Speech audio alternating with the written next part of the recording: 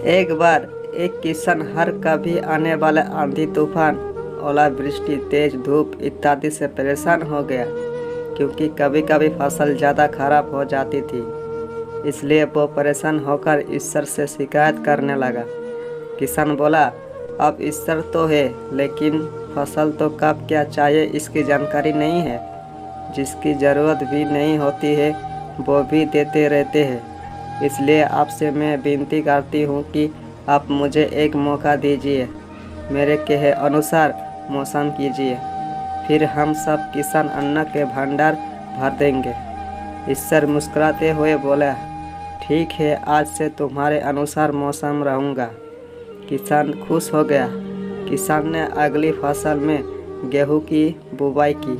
उसने जब चाहा तब धूप मिली, उसने जब चाहा पानी मिला। पानी की तो उसने बिल्कुल कमी नहीं आने दी। आंधी, बाढ़ और तेज धूप तो उसने आने ही नहीं दी। समय बीतने पर फसल बड़ी हुई। किसान भी बहुत खुश हुआ कि इस बार शानदार फसल दिख रही है। किसान ने मन ही मन सोचा कि ईश्वर को अब पता चलेगा कि अच्छी फसल के लिए क्या क्या ज़रूरी है। फालतू में ही किसान को परेशान करते रहते हैं। किसान फसल काटने के लिए खेत पहुंचा। गेहूं के पौधे की बालिया को हाथ लगाए तो उसके पैरों तले जमीन खिसक गई। उसने देखा कि किसी भी पौधे की बालियों में एक भी दाना नहीं था। किसान दुखी हो गया और बोला, हे ईश्वर, ऐसा क्यों हुआ? क्योंकि मैंने तो सब कुछ सही किया और सही समय पर किया। इस बार ईश्वर बोले, हे प्रिय किसान, ऐसा तो होता रहता है, क्योंकि तुमने इन पौधे को बिल्कुल भी संघर्ष नहीं करने दिया।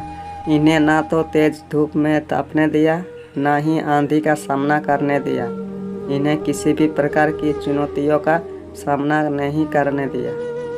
इसलिए बाहर से भले ही अच्छे दिख रहे हो, लेकिन ये अंदर से बिल्कुल खोखले है। इसके अंदर कुछ भी दाने नहीं।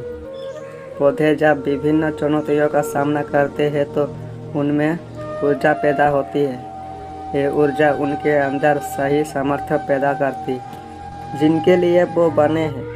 दोस्तों, ठीक इसी प्रकार जब तक इंसान संघर्ष से नहीं गुजरता है, वो आदमी खोखला रह जाता है। जीवन की चुनौतियों ही उसके लिए उन्नति के नए रास्ते खोल देती है और आदमी को मजबूत और प्रतिभाशाली बनाती है। इसलिए आपके भी जीवन में मुसीबतें या चुनौतियाँ आए तो घबराना मत। ये आपको बिखारने के लिए नहीं, निखारने के लिए आई है।